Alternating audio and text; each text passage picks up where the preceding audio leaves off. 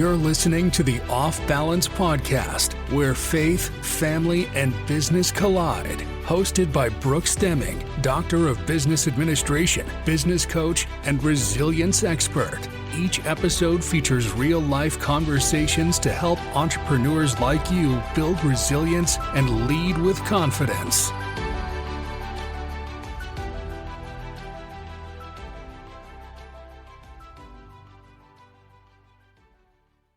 Welcome back to Off Balance. I'm your host, Dr. Brooks. On today's episode, we're talking about building wealth, which can feel out of reach for a lot of people. The stock market can seem overwhelming, full of risk, and reserved for the rich. But what if we didn't have to be that way? Today's guest is here to help us see it a different path, one that's more accessible and grounded in purpose. My guest today is Sebastian Uzcategui, a faith-driven entrepreneur, full-time trader, and founder of Fox University, where he helps people grow in financial freedom through mentorship and practical education. He's been at this since he was a teenager, and his story is all about purpose, bold moves, and serving others along the way. So please help me welcome Sebastian to Off Balance. Hi, it's good being here. Thank you so much. It really is an honor. Sebastian, I am so excited to have you with us today. I gave our listeners the short version of your story, but I love them to hear it from you. So can you introduce yourself and share a little bit about who you are and the work that you do? Absolutely. I'm more than happy to. So I come, of course, from a background deeply rooted in faith. And a lot of that stems all the way back to my family, who came to this country. We're a family of immigrants, and I'm an only child. And we came here looking for the American dream. But all that we found was the same poverty from our home country, Venezuela, just at a different level. The house was nicer, but the time was less. The quality of life was less. And I realized before we knew it, my parents were stuck in these never-ending 12-hour shifts almost every single day, leaving little time for anything else. And as I stepped more and more into the world of the church, I saw that's a story that applies to way too many people. And even though we have so much in our spirit here in the church world, we have so little in the material world to actually execute on these things. And that is a tragedy that from a young age, I wanted to change. So I educated myself a lot in the world of finance, in the world of entrepreneurship, which some other problems come into play there that we'll speak on shortly. But my purpose quickly became, after I found success with that, to spread that, especially to the aspiring, financially free Christian. So when you transitioned to the United States, I can imagine you thought that this was going to be the land of milk and honey, a lot of opportunities. But when you got here and you realized that it was the same as your home country, how did that moment make you feel in real time? I came here young, so I didn't get to register that until I saw how the system robbed me of my family in a way. My parents, who were always very loving, kind, creative people, became only defined by one thing, and that was exhaustion over time. I only knew them when they would come home to sleep to go back to work the next day. And a lot of people feel that same story. So I would say it was a very deeply disturbing revelation. But the more that I studied the system, the more that I realized there is potential here. We're just not doing the right things. And because of a lack of education, we're stuck in this trap. So again, my purpose became to educate people on what these tools are and how accessible they really are. So let's build on that. How does that connect to the companies that you started? I have two big companies. One of them is focused on public speaking, but my primary one, and the one that I am mostly speaking on today, is my business in finance, which has seen a lot of success, especially ever since I dove into the church world.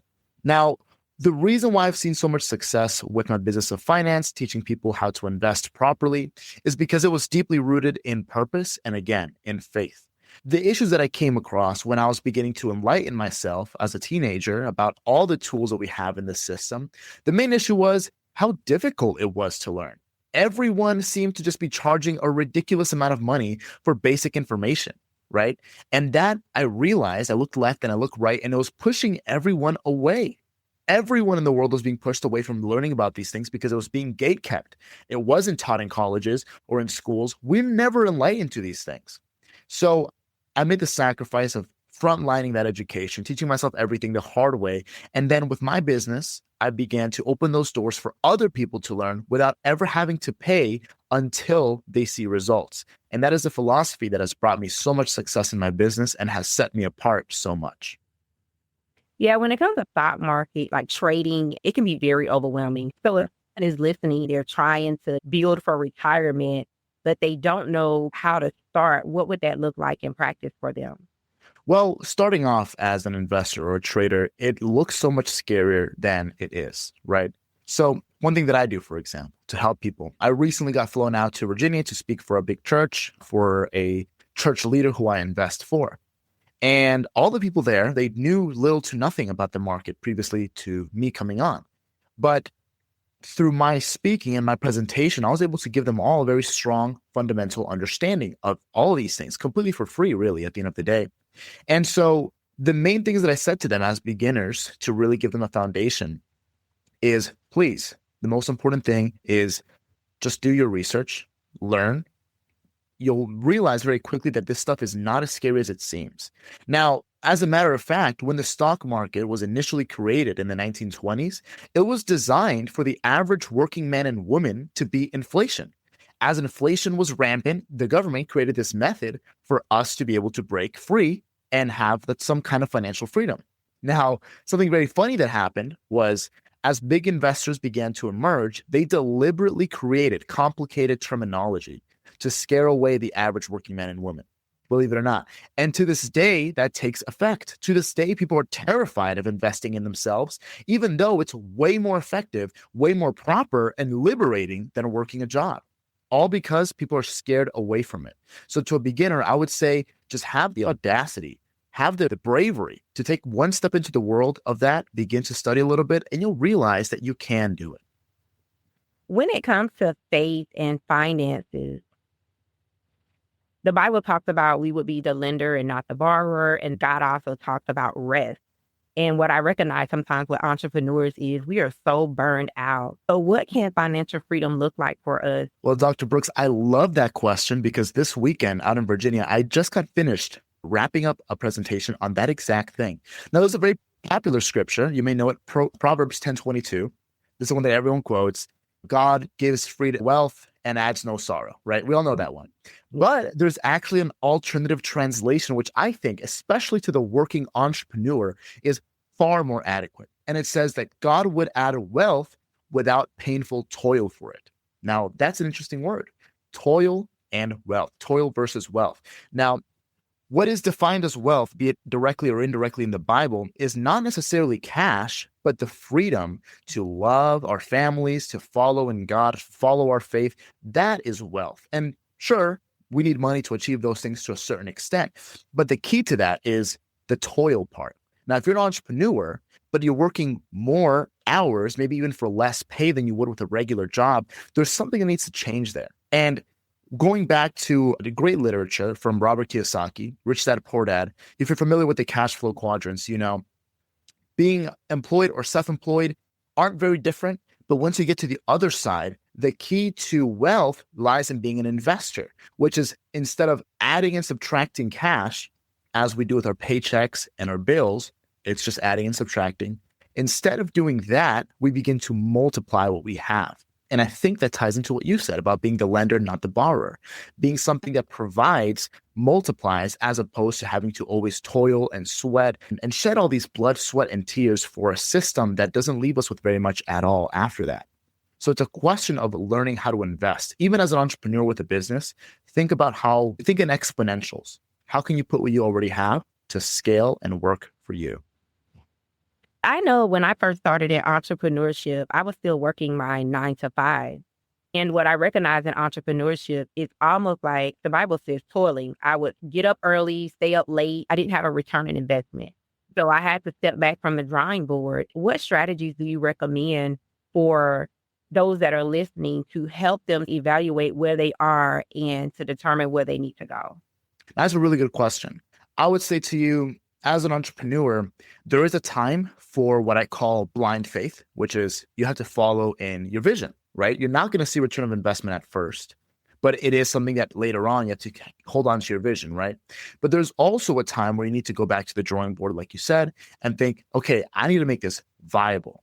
I need to make this viable ASAP, because at a certain point, you're putting in a lot of work and not receiving too much for it, right? I would say, in my journey, at least, as an entrepreneur that had to face struggling in my business for 3 years before ever seeing any success, think creatively about where you're going to find growth. Don't blindly stumble into the same brute force solutions that may or may not work for you. In my case, for example, I spent over $20,000 out of my pocket trying to get Facebook ads to work. Not a single client came through. But then I began public speaking. And within one stage, my business quadrupled. The amount of clients that I got from that was crazy. And then I got connections for other stages. That's what worked for me. But every entrepreneur, you have to realize that traditional marketing is dead. It doesn't work the same way that it used to. You have to be creative. You have to think outside of the box, and you have to connect with people. Authenticity, and you're a Christian. You're a Christian, which means that you're rooted in authenticity. You're thinking about how to provide. Make that the forefront of your business. Don't think in the way that other entrepreneurs think about take. You need to think about providing and how to make your client know what you're providing in a way that they can connect to. Be authentic, be real, and be creative. That's my best advice.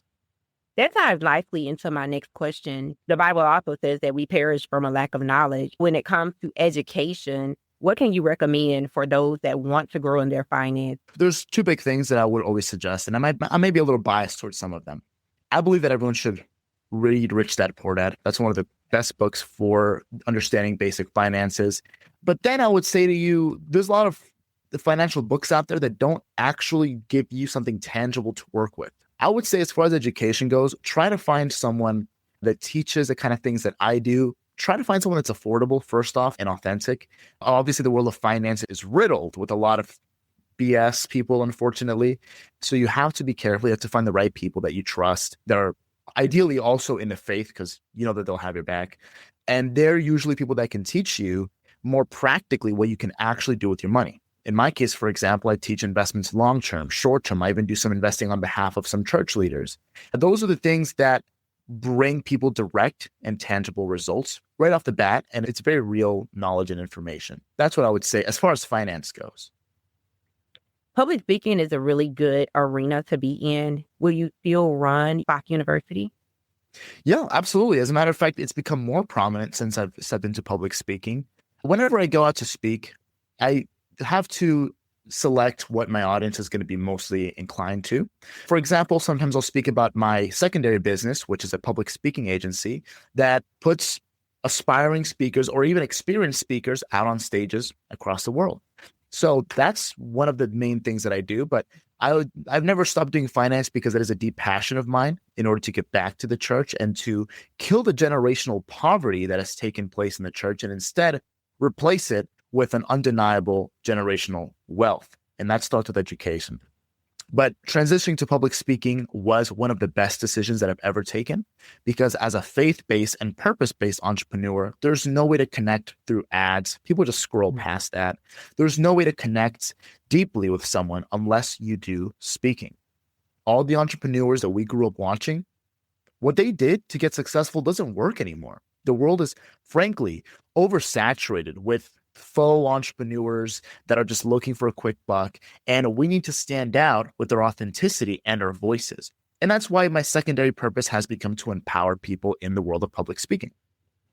I think it's great for us to be empowered because sometimes we have these great ideas and we don't have the necessary means to get those ideas out. But we have someone that's listening and they're like, I'm so traditional and I don't want to get into investing, public speaking, running ads, whatever it is. What mindset shift can they adopt to transition into how the world is evolving? I would say, even if you don't want to get into public speaking, you have to be creative and think about new and ingenious ways to get your idea out there, right? However, I would even go as far as to venture as, if you're going to be an entrepreneur, even if you're going to be just a Christian, a leader, a father or a mother of a household, right? You need to refine your speaking. You have to. In order to embody a vision, we're all visionaries at the end of the day. We're all passionate. We're all dreamers. We all have an ideal life for ourselves. And in order to frontline that and to be the crusader that God has destined us to be for our dreams and purpose, we need to be articulate. We need to be able to communicate that. So to someone who's having a problem transitioning into this, I would say find someone that is willing to coach you or even just watch YouTube videos. Typically with some of my speakers, the people that I put out on stages and I work with, when I meet them, they have a lot of issues with their speaking. But within just a couple of sessions, I'm usually able to fine tune and refine what it is that they're missing. And usually within just some simple exercises, they're able to very quickly improve the level of their speaking by 50%, I would even say. That's really good. You have spoken on many stages, from churches to schools to seminars. What's been the most memorable speaking, and what did you teach about in the intersection of faith and finance? Well, it lines up pretty perfectly with that. I had spoken for a church, a really big church in January. It was for my spiritual father. And because of that speaking arrangement, I had been invited to go speak at the United Nations. And so I went to the United Nations with them. It was an incredible experience. It was specifically a CSW9, the Beijing Women's Conference on Women's Rights. And I got to speak there and just share a little bit about my experience. A lot of my clients are women, for example, especially Black women in the church were a lot of my clients in Stocks Uni. And so I was speaking about how, hey, I met a lot of these women who prior to meeting me were never included in conversations of entrepreneurship or finance. Now, that's strange. Why is it that we're automatically disqualifying these people and thus disempowering them as opposed to doing the opposite? And within the United Nations, one of the main topics of conversation was, how do we further empower women? And my main conversation point was, we simply need to have more conversations and enlighten them further to the tools that they could use. That was probably my favorite speaking arrangement so far. That is such an honor to be able to go and speak at the United Nations. How were you able to prepare for your topic? This is what I tell all my speakers, especially when they get nervous thinking about how do you prepare for this stuff. I tell them, let me put it this way. When you speak to friends or family, do you feel like you have to prepare or do you get nervous? Not really. No. Because you're usually speaking on things that belong to you. You're speaking about yourself. That's it. You have to internalize your passion, your business, and your faith so deep to the point that you could step on a stage right now and speak just straight from the heart. It's not just improvising or scripting. It's more of embodying your message so deeply to the point where you don't really need to prepare because a preparation has been done during the years of blood, sweat, and tears that you've poured into your vision. People say that they're a jack of all trades. I'm sitting here and I'm listening to you, and you have knowledge in so many different areas. So if you have someone that's listening, how can they niche it down to become an expert in one of those areas, but still operate in other areas? Right. I would say I don't think I'm too much of a jack of all trades as opposed to I have a few specialties, right? And each of those specialties were created through years of dedication until near perfection. And then I would focus on the next thing. There's something called shiny object syndrome, which is very common in early entrepreneurs. And what that is, you're getting distracted by a million different opportunities. For example, early in my career, I was doing real estate. I had my real estate license at 18. I was doing Amazon drop shipping. I was doing stocks. I was doing a million different things, and none of them were succeeding because I had to dedicate 100% to one thing first. And that's what I did. So to answer your question, anyone that's having a hard time either deciding on a business idea or doing too many things at once and seeing no success, pick one thing to get good at. And once it begins to fly solo, move on to your next specialty.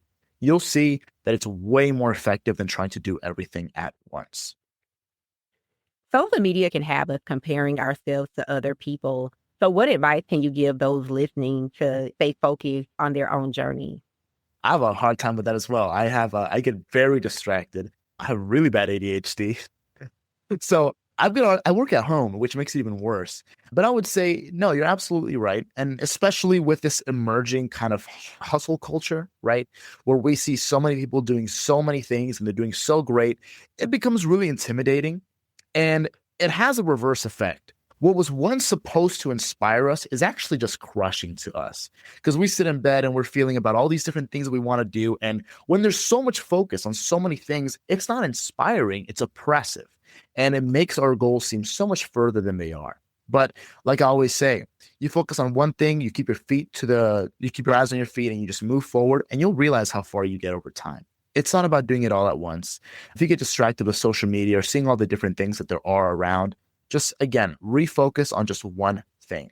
Even if you do nothing else, just perfect that one thing. And you'll realize that doing one thing is better than doing what most people do, which is nothing. That is very true. But for those that are listening, they're like, Sebastian, you are successful. You have arrived. Can you share your journey? Because some people may look at you and think that this happened for you overnight. I love that question because truth be told, there's a huge misconception when it comes to seeing success. And it is, we see the flower, but we don't see the roots, right? We only see that one thing that stands out, all the wealth, the traveling, all those things, but we never see that all of those things are a false byproduct of success. Real success is made in all those years of blood, sweat, and tears that it took to get to where you are today. Everything else is just the reward for that. So to share a little bit about my journey and what it took for me to get here, I was a struggling entrepreneur for a long time. I graduated high school and I got nothing, no opportunities for college. My family was deeply in debt, so we couldn't even afford it, even if I wanted to. But I knew that wasn't where the path lied for me. Despite my parents' wishes, I just began to frontline entrepreneurship on every source that I could find. Like I said, real estate, Amazon, dropshipping, stocks, everything. I just dove right in. And it took me a long time and a lot of struggle, but I eventually began to see some success.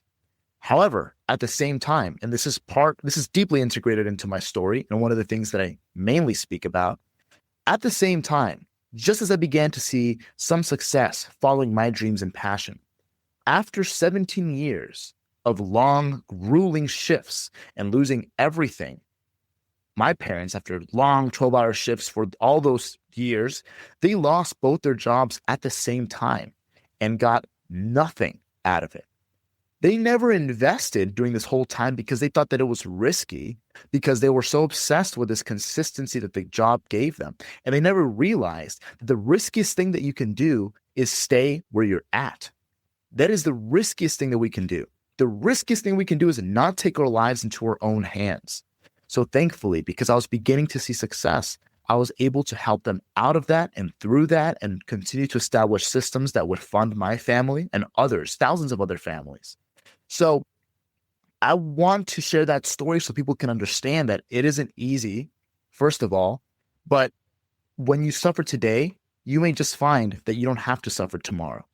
If I would have followed their steps and their dreams and their idea of consistency, we would probably be homeless right now.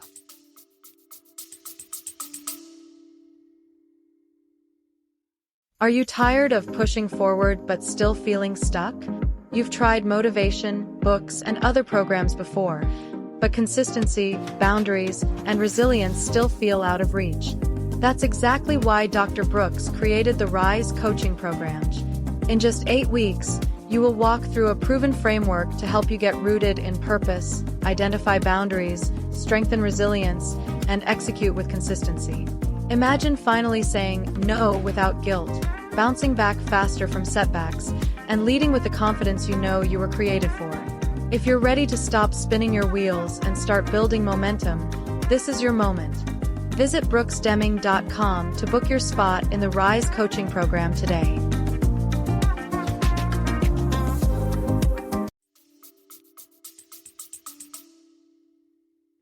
I interviewed Stefan and he made a statement. He said being poor is risky.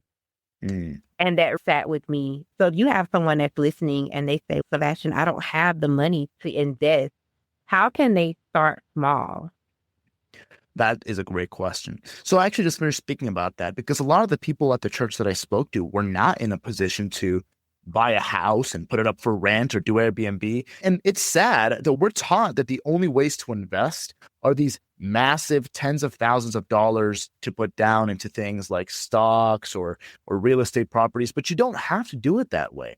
What I teach, for example, is primarily something a little bit more short-term in the world of the market, where you can just set aside a small amount of cash, do short-term investing, and with the same small amount of cash that you set aside one time, you can scale it up over time. steadily, slowly, right? But it's still money on the side that you would otherwise not have. One of the people that I spoke to over this weekend was a lady telling me that, hey, I'm not making a whole lot of money and I'm deeply in debt. What can I possibly do? Is it safe for me to invest? Should I? And I told her, you have to. You are not in a position to not invest. Because if you keep working and paying off your debt as a subscription that you can't put more money into when you need to or help pay it off faster, guess what? That is a 30-year financial death sentence where the interest is going to eat you alive. You cannot operate that way. If you are lacking money, what you need to do actively is think of ways to generate more to be able to pay off debt. And so that's what I'm doing for her. With short-term investing, you don't need $10,000. I suggest anywhere between $500 to $1,000, a one-time investment into your own account that you can now use to slowly scale up. And over the span of even just, I've had people that have made $10,000 in a month, not to set that as a standard, but to just show you that there's so much prosperity that can be in place for you when you start walking in the idea of multiplication and exponentials, as opposed to this false consistency of a job. I grew up with so many limiting beliefs when it came to money. It was not talked about in my home. My parents did not share their finances with us. But when it comes to you, you have helped over 1,200 people with their finances. What have you learned about teaching those financial principles to people of faith who may have grown up like myself with limiting beliefs around money? So first off, I'm deeply inspired by these people because I'm seeing a shift in the world of the church where it is, well, let me put it this way. A lot of my clients are Black, older women, right, who you would expect to be the last people to be able to break out of those limiting beliefs because they've grown up their whole life old school. But I'm seeing a huge shift, not just in the church world, but in the general world of people realizing that the systems that we live in, they're not for us. We are working for them. And that has to change, right? I've noticed how deeply of a shift that there has been happening and how many people have come to me looking for solutions and how brave they are. One of my clients is this retired Black woman that has cancer. And she, obviously with retirement, it's not easy. Retirement doesn't work how it used to. Social Security is down the drain. But this lady is the first one in my class every single morning, just there, ready to make money. And it's so inspiring seeing someone who was disqualified from the idea of entrepreneurship, from investing, from success, just unincluded in all these things, just have the courage to stand up and do it herself. So from working with people that have had so many limiting beliefs for so long, I love how my conversations are able to at least spark a flame in them to have the courage to step into my world for a second and just explore, just having the audacity to explore a little bit. And I try to make it easy for them by giving them as much time as they need for free until they begin to see results. Sometimes when it comes to destroying those limited beliefs, the first thing that we have to do, I believe, is forgive ourselves. So if we have someone that's listening and they just are so hard on themselves, I shouldn't have got myself in debt. I should have known better. What advice can you offer them to move forward? I would say that there's two big things, right? There is nothing wrong with where you are because it was simply a consequence of your programming from the system. But there is something deeply wrong with where you allow yourself to stay, right? And if you've been suffering this long and you're being crushed by this weight, realize that it's not going to go away until you do something about it. You have to do something about it. So for example, that lady that was telling me over this weekend how deeply in debt she is and how she doesn't have the money to do very many things, I said to her, yeah, you should be investing. You have to, because if nothing changes, stupid sentence, but think about it for a second. If nothing changes, right? However you're living now, if you don't take that step, especially the step to forgive yourself, acknowledge what you've done and think about what you will do instead, without that, you're going to keep staying exactly where you are. So a quote from one of the most unlikely people you'd expect, but it's from Steve Harvey of all people. He said, if you're going through hell, why stay there? You're at the hardest part of your journey, right? There's no reason to stay there. Just keep it going. And all that's left for you is up. So when it comes to investing, if they want to invest with you through Stock University, what does that process look like? It's a very simple process, and I focus very much on personal attention and care with everyone. So I give everyone even like my direct number to contact me at any time of the day. But the process is really simple. I make it really simple. I break it down. I direct them to, first and foremost, the video lessons on my website, which are deeply comprehensive. They teach everything from 0 to 100, including which platforms to use, where to fund yourself, what to do, all those different things, right? And from there, they have access to a wonderful community where I'm present every single day, teaching them more, showing them how to do everything. And most importantly, like I said, is I want them to be comfortable. So not only do I give them a whole month to learn, practice, and profit before ever getting charged, to see the results before anything else, I don't want people to trust me just to trust me. I want them to see authentic results. And that's why I've even invested for some church leaders to show them that what I do works before they'll have me speak for their church and whatnot. But anyway, once they've had their month of learning, I even give them tools to invest with practice money. So it's not even real money that they're investing with first. It's like this trial account where they can, again, practice with zero risk. And only once they're comfortable do they fund themselves. Money that I never touch, by the way. That's all for them. I'm just teaching them how to manage it. And then they just start following along steadily with some of the opportunities that I'll send out that I'm taking myself. So it is all the hand-holding process, 0 to 100, very encouraging and deeply, I focus on deep comfort for each and every one of my people. You have shared so much with us here on today. When it comes to your journey, you started your first business at 16. What role did your faith play in giving you confidence to pursue entrepreneurship at such a young age? Everything. And most importantly, it played two big roles. I think if we're putting myself on a boat and the boat is entrepreneurship, faith was my anchor and my sail.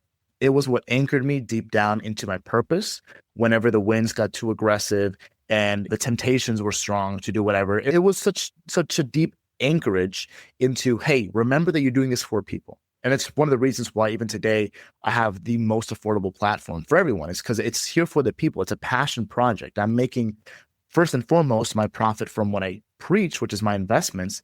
And the entrepreneurship is secondary, right? It's all a mission statement.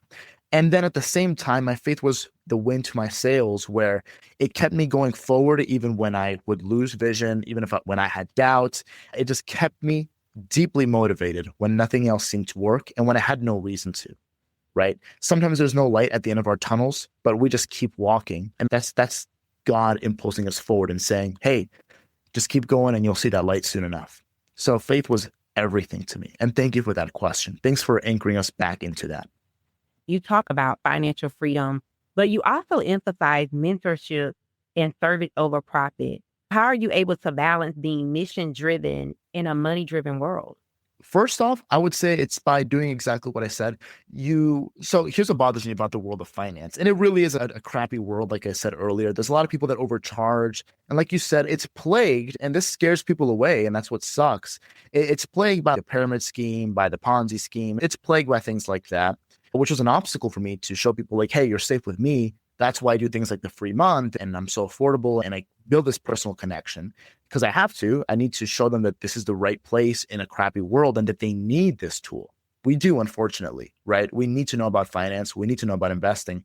But the way that I anchor myself in a money-driven world with purpose is because I don't need the money from the business. I practice what I preach. And if I'm preaching about success and investment, and I know that they're going to see results, why would I charge them first?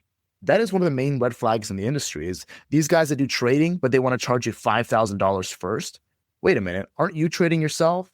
If you're sure that I'm going to see results, like, why are you doing that? So I don't need the money from the clients because I make my money primarily from what I'm preaching. And then even then, I want them to have the free time first to see what I got before anything else. I like the authenticity that you're sharing, and you have been very open with us. As we wrap up, what is one message or a piece of advice that you want to leave with our listeners who may be navigating their own entrepreneur journey? Keep in mind, a lot of the time we get stuck in this linear cycle, and you forget that it just takes one decision to break away from that. I spent almost 4 years struggling in my business with no success to suddenly being catapulted way over 6 figures with just one decision. And that was to follow faith, become a public speaker, and to continue to focus on purpose. So my ultimate message is just going to tie in two things. Remember that nothing changes if nothing changes, and that there's nothing riskier than staying where you're at. So change something. That is good advice. And I am so just honored to have you on this episode today. I like that you lead with your faith, because sometimes in the entrepreneur space, those that have a higher belief, sometimes they don't bring that into that space because they don't want to offend anyone. Thank you for not shying away from that and for really letting people know that is the principles that drive your interactions with people, that drive your decision making. If someone wanted to get in touch with you, how can they do that? There's three big ways. You can go to stocksuni.com, STOCKSUNI.com. Speak Up Express, which is my business of public speaking, which is just speakup.express. But I also never afraid to share my number directly for people that want to ask me questions, because again, this is a purpose for me. And even if my phone blows up, I like to speak with people directly and hear about what their struggles are, what their goals are. So that would be 407-952-4871. And Dr. Brooks, thank you so much for such a wonderful conversation. And it really is refreshing in my world of, I speak a lot for a lot of other stages, but it's so refreshing always to come back to the faith, to give back in this world specifically. So thank you for this opportunity. You are definitely the first guest that ever gave their number out on this platform. So I will make sure that I have all of your contact information in the actual show notes. So again, everyone, thank you so much for listening. Thanks for listening. Please rate this episode and share it with your family and friends. To learn more about your host or to book a coaching session, visit www.brooksdeming.com. Until next time, rise.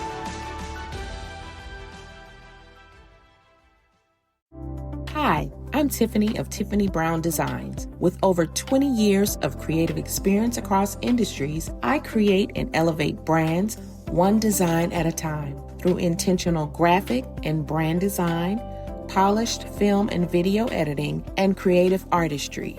Even the music you're hearing right now, that was produced by me. I also create custom tracks for websites, intros and outros, and content. So what are you waiting for? Visit TiffanyCBrownGD.com and let's bring your vision to life.